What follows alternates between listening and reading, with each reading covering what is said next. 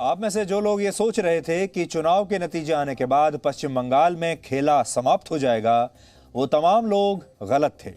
पश्चिम बंगाल में राजनीति और हिंसा के खेला के बाद अब एक और नया खेला शुरू हो गया है और ये खेला है दो शक्तियों के बीच टकराव का। इसलिए आज हम सबसे पहले पश्चिम बंगाल के इसी नए खेला का आपके लिए विश्लेषण करेंगे। सबसे पहले आपको ये तस्वीर दिखाते हैं जो कोलकाता में सीबीआई के दफ्तर के बाहर की है। आज कोलकाता में सीबीआई दफ्तर के बाहर इकट्ठा हुए टीएमसी के कार्यकर्ताओं ने पुलिस और सुरक्षा बल के जवानों पर जबरदस्त पथराव किया। टीएमसी के ये कार्यकर्ता ममता बनर्जी की सरकार में कैबिनेट मंत्री फिरहाद हाकिम, एक और दूसरे कैबिनेट मंत्री सुब्रत मुखर्जी और टीएमसी के विधायक मदन मित्रा की गिरफ्तारी से नाराज थे और उसका विरोध कर रहे थे। सीबीआई ने इन तीनों नेताओं के अलावा ममता बनर्जी सरकार में पहले मंत्री रहे सोवन चैटर्जी को भी आज नारदा स्टिंग टेप घोटाले में गिरफ्तार कर लिया, जिसके बाद इस पूरे मुद्दे पर एक नया खेला शुरू हो गया। तो ये पश्चिम बंगाल का अब एक नया खेला है, एक नया अध्याय है। गिरफ्तारी के विरोध में मुख्यमंत्री ममता बनर्जी खुद सीबीआई दफ्तर पहुंच गईं और इसी के कुछ देर बाद टीएमसी कार्यकर्ताओं ने भी सीबीआई दफ्तर की इस पूरी बिल्डिंग को चारों तरफ से घेर लिया और फिर वहां हंगामा शुरू हो गया। ममता बनर्जी करीब 5.5 घंटे तक सीबीआई के इस दफ्तर में बैठी रहीं और इस दौरान उनके समर्थक सीबीआई दफ्तर के बाहर विरोध प्रदर्शन करते रहे।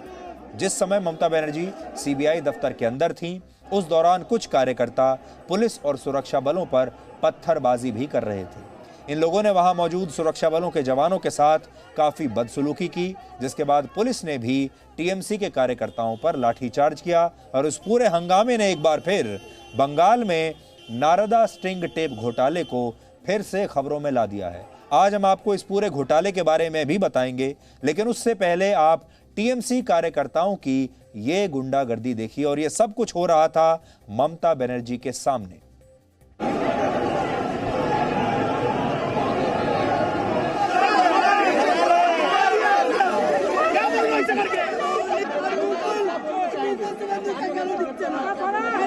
और आज बिना किसी नोटिस का, बिना एक पॉलिटिकल प्रेशर के हिसाब से सीबीआई आकर के काम कर रहा है।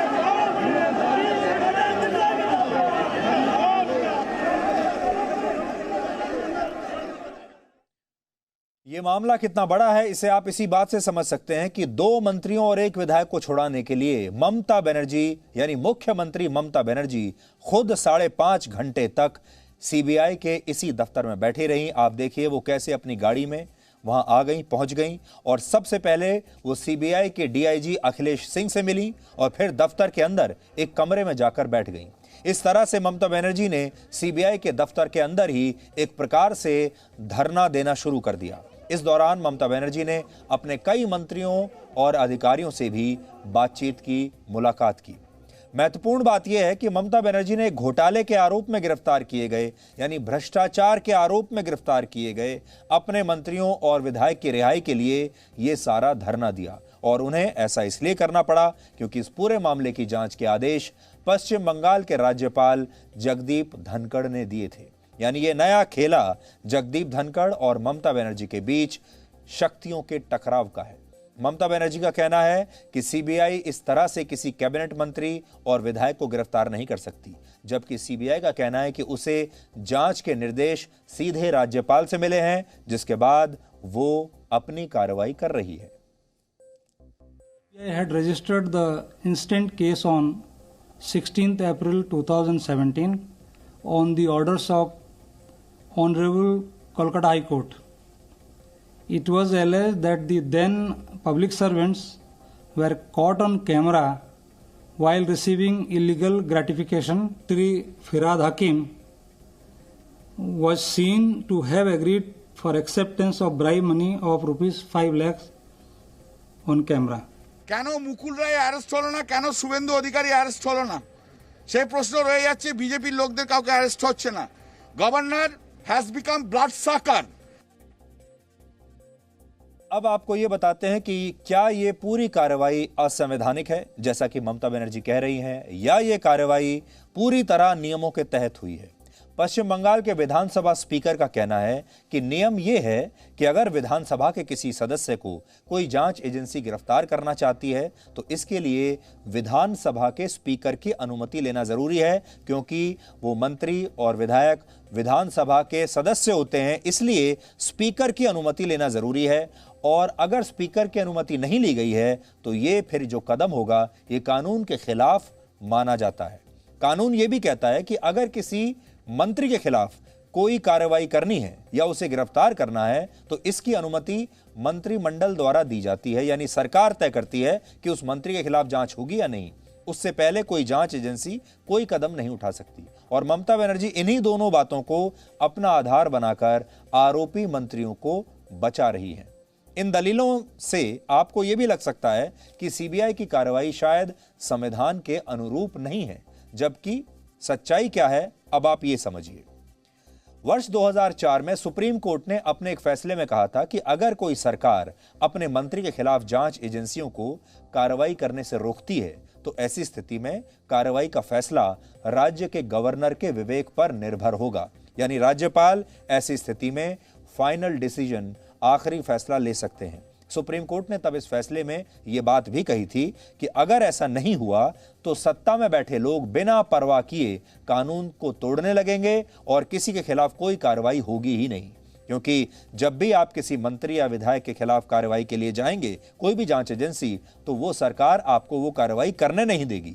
हो सकता है अगर विधानसभा का स्पीकर भी ये इजाजत ना दे तो भी कार्रवाई को रोका जा सकता है।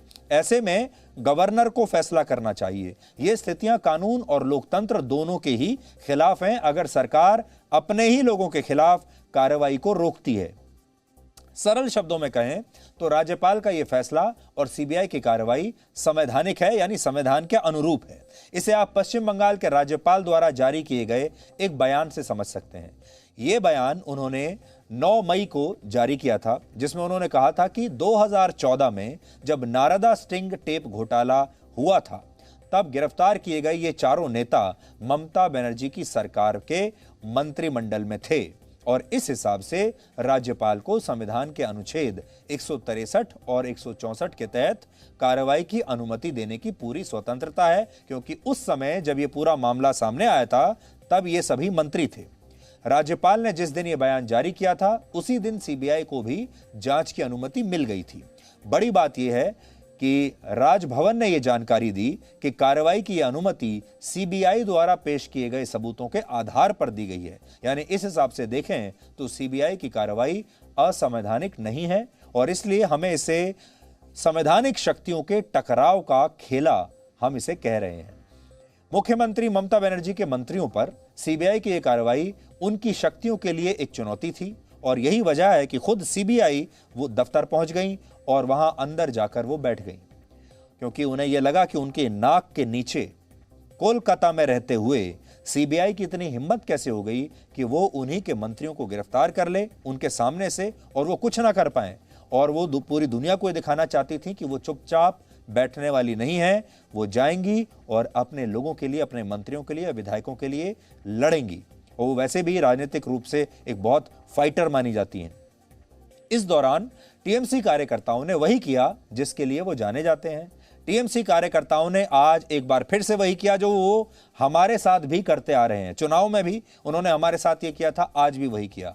टीएमसी के कार्यकर्ताओं ने आज जी मीडिया की गाड़ी पर भी एक बार फिर हमला किया और भीड़ ने सीबीआई दफ्तर के बाहर हमारी गाड़ी को घेर लिया और उस पर हमला किया। वो हमले की तस्वीरें भी अब आपके सामने हैं।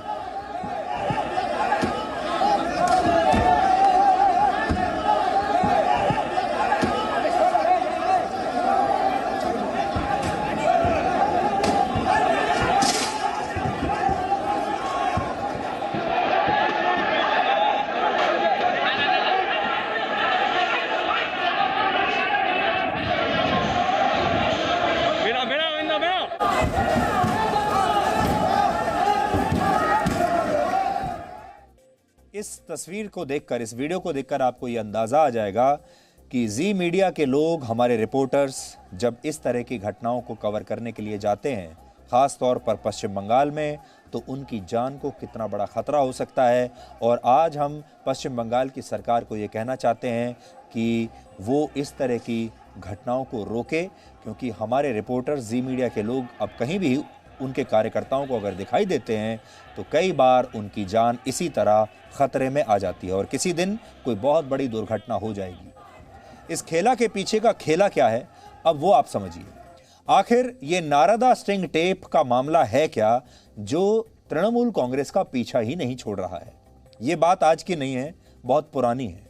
वर्ष 2014 में, यानी आज से 7 साल पहले, पश्चिम बंगाल के एक पत्रकार ने टीएमसी के कुल 12 नेताओं का एक स्टिंग ऑपरेशन किया था। इनमें उस समय के 7 सांसद थे, ममता बनर्जी सरकार के 4 मंत्री थे और टीएमसी का एक विधायक शामिल था। इन सब के ऊपर एक स्टिंग ऑपरेशन हुआ। आरोप है कि ये सभी नेता उस स्टिंग ऑपरेशन में 5-5 लाख रुपए की रिश्वत लेते हुए पकड़े गए और इन 12 आरोपियों में शुवेंदु अधिकारी और मुकुल रॉय का नाम भी शामिल है, जो पहले टीएमसी में थे, उस जमाने में टीएमसी में थे, लेकिन बाद में ये बीजेपी में शामिल हो गए और उन्हीं शुवेंदु अधिकारी ने इस बार ममता बनर्जी को हरा भी दिया। अब टीएमसी का आरोप यह है कि जब सीबीआई इस पूरे मामले की जांच कर रही है तो फिर कार्रवाई अकेले टीएमसी के मंत्रियों और विधायकों पर ही क्यों हो रही है। इसका जवाब यह है, सीबीआई, ममता बनर्जी ये कह रही हैं कि आप शुवेंदु अधिकारी पर कार्रवाई क्यों नहीं कर रहे हैं, आप मुकुल रॉय पर कार्रवाई क्यों नहीं कर रहे हैं। उन तमाम नेताओं को जिन्होंने बीजेपी ज्वाइन कर ली, उन्हें तो सीबीआई छोड़ रही है और बाकी सबको गिरफ्तार कर रही है। यह आरोप है ममता बनर्जी का। तो इसका जवाब यह है कि शुवेंदु अधिकारी, सौगत रॉय, काकोली घोष और प्रसून बनर्जी के खिलाफ सीबीआई ने कार्रवाई की अनुमति ऑलरेडी पहले ही मांगी हुई है, लेकिन लोकसभा स्पीकर ओम बिरला ने अब तक इस पर अपनी सहमति नहीं दी है, जिसकी वजह से यह कार्रवाई अभी भी रुकी हुई है। ये सभी 2014 में टीएमसी के सांसद थे, इसलिए इनके ऊपर कार्रवाई करने के लिए लोकसभा के स्पीकर की अनुमति जरूरी है। इसलिए ओम बिरला से यह अनुमति मांगी गई है और यह अनुमति इन्हें लेनी पड़ेगी, यानी सीबीआई को लेनी पड़ेगी लोकसभा के स्पीकर से, और लोकसभा के स्पीकर ने अभी तक यह अनुमति नहीं दी, इसलिए ये लोग बचे हुए हैं। आज इस पूरे विषय पर हमने संविधान विशेषज्ञ जीसी मल्होत्रा से बात की, जो सरल भाषा में कानून के ये सारे दांव पेच आपको समझा रहे हैं। उन्हें भी आज आपको सुनना चाहिए। किसी भी गवर्नमेंट सर्वेंट को गिरफ्तार करने से पहले परमिशन की, सैंक्शन की, कॉम्पिटेंट अथॉरिटी की जरूरत होती है।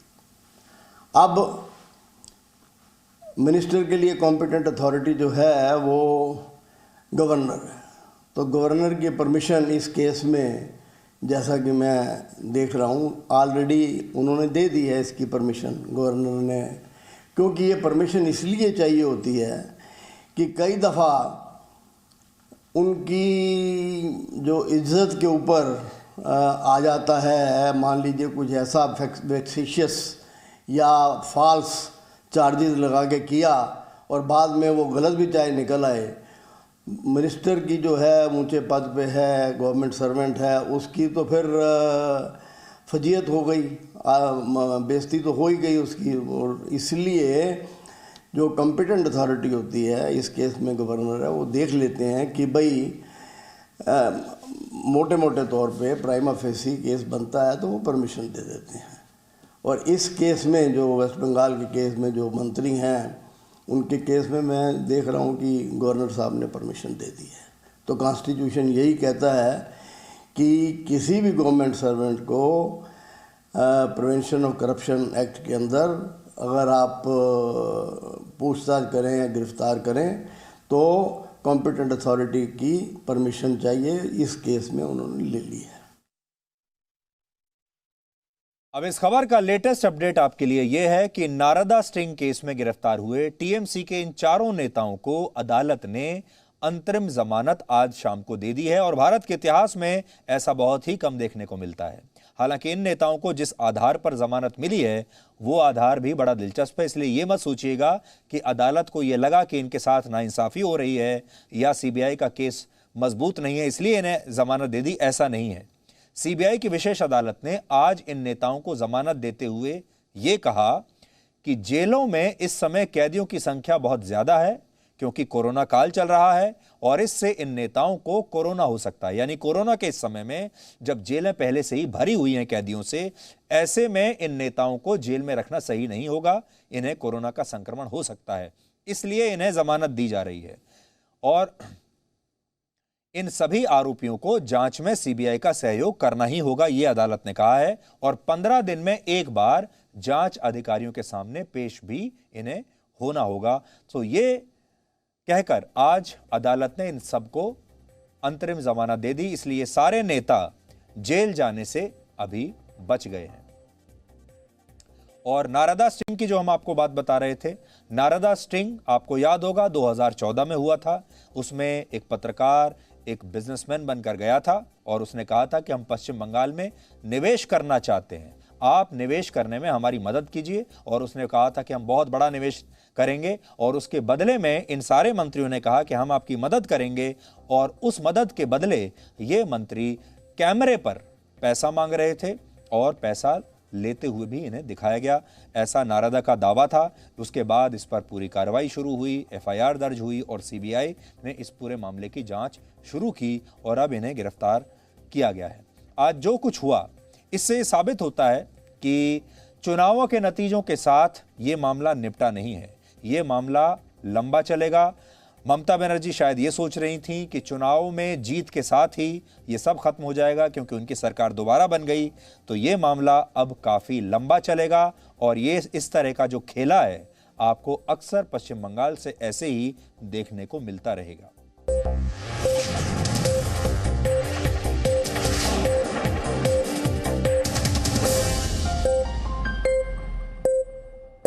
Presenting V News app, available on Google Play and App Store. Download it now.